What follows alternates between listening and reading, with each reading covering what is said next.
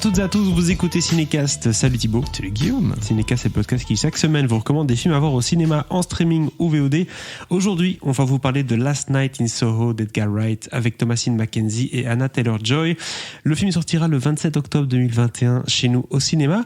Last Night in Soho, c'est très attendu puisque c'est un film qui met en scène l'histoire d'une jeune femme passionnée de mode et de design qui parvient mystérieusement à retourner dans les années 60 où elle rencontre son idole, une éblouissante jeune star montante.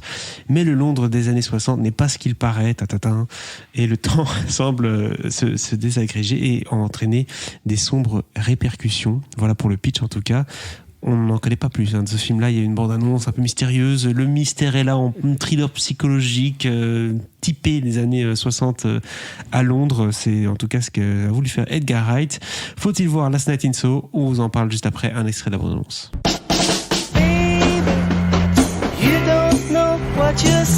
What brings you down then? I'm studying London College of Fashion.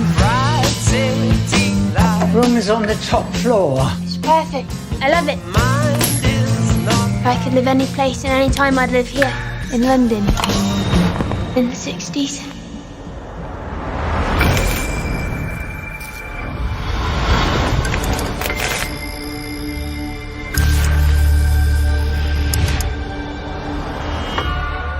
Je le disais à l'instant Thibaut, Edgar Wright c'est quand même le réalisateur de la trilogie Cornetto, des films qui détournaient un peu d'autres genres, films de zombies, films de flics, films d'aliens. C'est son style à lui, de s'essayer à des genres différents, d'apporter sa patte. Baby Driver aussi, c'était film de braquage avec de la musique, etc. Là, il a voulu prendre le thriller psychologique à l'ancienne, puisqu'en plus on retourne aux années 60, donc c'est doublement volontaire, avec une femme, deux femmes, vraiment une touche, une esthétique un peu au néon, un peu particulière. Qu'est-ce que tu en as pensé? Est-ce que c'est un coup d'essai ou un coup réussi? Bon, c'est un coup réussi de la part d'Edgar Wright, parce qu'effectivement déjà moi j'aime beaucoup le fait qu'il change de style régulièrement, tout le temps, à chaque film. Oui, il n'y a aucun de ces films qui ne se ressemblent, bien que, dans la trilogie Cornetto, il y a évidemment pas mal de... Le duo d'acteurs, il y a beaucoup de choses qui se ressemblent, évidemment. Mais voilà, globalement, c'est vrai qu'il touche à tout. Et jusqu'à présent, je trouve qu'il s'en est bien sorti. C'est quelle gueule comme exercice? J'aimais pas trop Scott Pilgrim quand je l'avais découvert à l'époque. Je l'ai revu il y a pas longtemps et vraiment, je le réévalue carrément à la hausse. Mais voilà, oui, globalement, Edgar Wright, il sait ce qu'il fait. Et c'est peut-être parfois un peu trop un cinéma de petits malins pour certains, parce que je pense que, à mon avis, il y en a que ça doit un peu saouler. Bah, c'est pas ça, c'est que t'as un peu l'impression qu'il fait son petit shopping, il va à gauche, à droite, il fait des petits films et il fait des hommages, des clins d'œil. Et ouais. Voilà, c'est un peu un best-of avec l'humour anglais, quoi. C'est vrai, en gros. Et ici, il s'embarque dans quelque chose. Alors. Le truc, c'est qu'avant la présentation du film à Venise, Edgar Wright a envoyé une petite note d'intention demandant de ne pas spoiler, de ceci, cela. Donc, je vais essayer de parler un peu de cette histoire. Le moins qu'on puisse dire, c'est que personne ne sait vraiment de quoi parle ce film, parce qu'il fut un temps où on avait l'impression que c'était un film de zombies, un nouveau film de zombies à Soho. Je sais que c'était la rumeur, donc...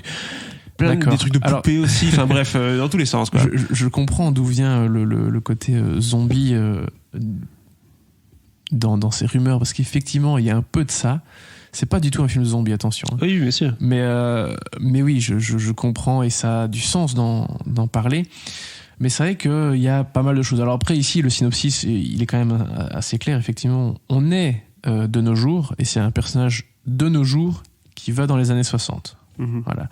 Et qui rencontre son idole. Alors ça, c'est pas vraiment son idole, mais on va dire qu'elle va rencontrer une fille qui apparaît dans ses rêves. Voilà. Je vais m'arrêter globalement là, mais on comprend quand même qu'on va jouer sur deux temporalités, sur des espaces différents, parce que forcément un bâtiment qui était dans telle rue dans les années 60, c'est peut-être pas forcément le même de nos jours. Donc voilà, on va beaucoup... Edgar Wright joue beaucoup avec les époques, avec les lieux. Il va créer tout un jeu de miroir aussi entre certains personnages et forcément entre les époques et les lieux. Donc il y a pas mal de choses qui sont très intéressantes dans le film. Après, pour moi, son principal défaut, et c'est pour ça que quand je dirai ma note, j'irai pas vers le maximum, c'est que c'est l'écriture du film. Je trouve que l'histoire est très chouette, elle se suit sans aucun déplaisir, mais c'est beaucoup trop prévisible. D'accord, c'est étonnant. Venant de lui, c'est étonnant parce qu'il a l'habitude de justement amener des petits tournants assez plaisants, quoi. Je pense que c'est assumé, mais en fait ça m'a gêné. Alors je vais prendre un exemple qui n'est pas du tout dans le film, hein, mais c'est par exemple si tu étais dans un film d'horreur, t'as le méchant, hein, qui apparaît derrière la personne, tu vois, genre un truc. Ah oui, je sais. Hein. Et ben il y a pas mal de choses dans le film d'Edgar Wright ici qui sont un peu dans ce style. Ou parfois dans certains films on te fait croire que c'est telle personne le méchant et en fait non c'est pas lui, hein, c'est ce genre de choses, tu vois. D'accord, des retournements un peu classiques vus et revus. Vraiment et surtout que parfois ils te filment en gros plan le truc et t'es là oui ok je sais, j'ai compris. D'accord. Et ça m'a un peu gêné. Il n'a pas mis sa ceinture par exemple, tu vois le truc. C'est presque ça, tu vois. Oui, et c'est pas juste un élément qui est comme ça, c'est plusieurs, certains qui reviennent à plusieurs reprises où c'est là, oui, tu m'as déjà fait le coup une fois, j'ai compris, la première fois, tu vas quand même pas me le refaire, quoi. Oui, c'est ça. Ah bah si, bon. D'accord. Et voilà, c'est un peu dommage. Parce qu'il y a pas mal de choses comme ça, je trouve malheureusement vraiment trop prévisibles et du coup... Mais c'est pas que ça m'a gâché le film, mais c'est que j'ai l'impression que parfois il me prenait un peu pour un con, quoi. Est-ce que c'est pas parce qu'il marche un peu plus sur un secteur qui est familier pour toi ? Je veux dire, d'habitude, tu vois, lui, il fait des trucs de comédie, des trucs de zombies, etc. Et là, il arrive dans un truc qui est plus psychologique, où on dirait presque un film d'horreur, en fait. Hein. Et c'est un genre que tu maîtrises mieux, que tu connais mieux, et que forcément, oui, bien sûr, tu vois plus les ficelles. Oui, c'est vrai qu'il joue avec les codes de films que je vois en quantité chaque année. Oui. Après, c'est vrai que le thriller psychologique, et il y a ça va me permettre de basculer sur tout ce qui est direction artistique, etc. Mais il y a vraiment un gros côté giallo aussi dans le film. D'ailleurs, en conférence de presse, Edgar Wright a évidemment parlé de Dario Argento et de toutes ses influences du cinéma italien, du cinéma d'horreur italien. Donc oui, c'est vrai que c'est quelque chose que je maîtrise un peu plus, et c'est vrai que forcément, je vois un peu plus les grosses ficelles et les artifices et les différents outils. Parce qu'en soi, si tu connais des films de zombies ou si tu connais des films de flics, etc., des buddy cop movies, pardon, quand tu regardes Hot Fuzz, tu vois là, tu connais le film, on le voit, quoi. Bien sûr, pas de surprise, quoi. Mais Hot Fuzz joue moins sur un côté vraiment surprise. Il n'y a pas de suspense. Voilà, un c'est peu ça. quand même. Et ici, c'est un peu plus le but du film, voilà, tu vois. Okay, donc c'est pour ça que je trouve que c'est dommage de s'être un peu raté à ce point-là, au niveau du scénario. Surtout que le film est quand même original, mine de rien. Et écrit aussi avec Christy Wilson Cairns, qui avait écrit 1917. Aussi un film où on reprochait un peu le côté jeu vidéo, enfin dans sa manière de raconter l'histoire et aussi dans son histoire qui est assez plan-plan aussi, hein, on va pas se mentir, mais qui voilà, c'était surtout la mise en scène qui là était vraiment magnifique. Oui. C'est sûr. Mais bon, voilà, c'est dommage ce petit point noir. Après, donc comme je disais, j'allais y venir. Tout ce qui est au niveau direction artistique, photographie, décor, costume, musique, c'est canon. Oui. Voilà. Et même le pitch de base est quand même intéressant aussi. Oui, bien sûr, le pitch de base est intéressant et c'est pour ça que j'ai pris du plaisir à voir le film. Mais voilà, c'est un peu comme on disait pour Boîte Noire il y a quelques jours. Voilà, l'écriture, ces petits soucis d'écriture m'empêchent de vraiment aller vers quelque chose de waouh, c'était génial, tu vois. Ça. Le scénario, ça reste la base du film, et après tous les artifices autour, c'est super, mais si t'as pas une histoire qui tient vraiment la route et qui est solide et qui est pas trop évidente non plus, alors. Oui, voilà. Parce que tu peux pardonner des petits errements d'écriture, c'est pas grave. Oui. Et là, je trouve que ça fait beaucoup. Oui, surtout que si ça peut s'éviter, quoi. Si c'est te montrer 10 fois quelque chose, t'as compris, quoi. C'est bon. C'est ça. Exactement. Du coup, ça va être 3 étoiles. Attends.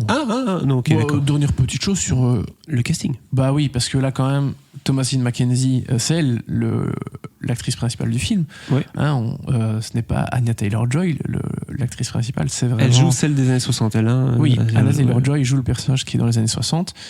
Thomasine McKenzie joue celle qui est la jeune étudiante en école de design. Mais deux stars montantes, surtout pour Anya Taylor-Joy ces dernières années. Mais Thomasine McKenzie, on l'a vu... elle était d'ailleurs dans The Power of the Dog de Jane Campion, dont on reparlera très prochainement. Hold aussi, Shyamalan. Elle était dans Hold, exactement. Dans Jojo Rabbit. Et dans Jojo Rabbit, évidemment. Donc 2 années assez remplies pour elle. Hein. Elle monte vraiment bien. Et Anya Taylor-Joy, est-ce qu'on doit encore en parler elle a eu aussi des 3-4 dernières années assez incroyables, quoi. Il y a eu Le Secret des Marrowbone, The Witch, évidemment. La série Netflix. Il y a eu la série Netflix, The Queen's Gambit. Il y a eu plein d'autres choses. Et elle sera l'héroïne de Furiosa, hein, le spin-off de Mad Max Fury Road. Remake / où elle va reboot. incarner le personnage de Charlize Theron jeune. Donc, et puis elle sera dans le prochain film de Robert Eggers aussi, The Northman, qui devrait sortir donc deux début actrices, avril l'année prochaine. Donc, 2 actrices qu'on va voir et revoir, ça c'est sûr. Oui, et elles sont incroyables. Et il y a aussi Diana Rigg, dont c'est le dernier rôle au cinéma, je pense, hein, vu qu'elle est décédée il y a 1 an, plus ou moins, pendant Venise l'année dernière. Ça faisait très plaisir de la voir dans ce rôle-là. Hein, pour rappel, elle était dans Game of Thrones et elle avait cette super réplique. À qui elle disait ça? Je sais plus là. Oh là là, on commence à entendre. Oui, ça y est, je m'embarque dans quelque chose que j'aurais dû mieux repréparer. C'est pas grave. Je savais pas que t'allais parler de Game of Thrones. Non, Oui. mais voilà, Diana Rigg, très chouette dernier rôle. Et puis il y a plein d'autres comédiens vraiment très cool dans le film. Donc voilà, j'ai pris beaucoup de plaisir à voir le film. Je vais pas revenir sur les soucis que j'ai évoqués, vous les avez entendus. Du coup, la note 3,5, parce que c'est vraiment très très cool quand même. Hein. Bien sûr, ça reste du Edgar Wright, donc il y a un cachet. Voilà, il y a ce petit mais. Il y a un petit C'est mais, dommage. un petit mais qui est là, malheureusement. C'est dommage, comme tu le dis, c'est la petite fausse note, le petit truc qui aurait fait que ça monte à 4 assez aisément. Parce que c'est frustrant. C'est frustrant, parce que tant de qualité pour un résultat qui n'est pas aussi qualitatif que ça, en tout cas pour des raisons que nous avons évoquées. On va arrêter de tourner autour du pot. Voilà du coup qui conclut cet épisode consacré à Last Night in Soho. N'hésitez pas à partager votre avis sur ce film dans les commentaires et si c'est pas déjà fait, à vous abonner au podcast sur la plateforme de votre choix. À très bientôt pour de nouvelles recommandations.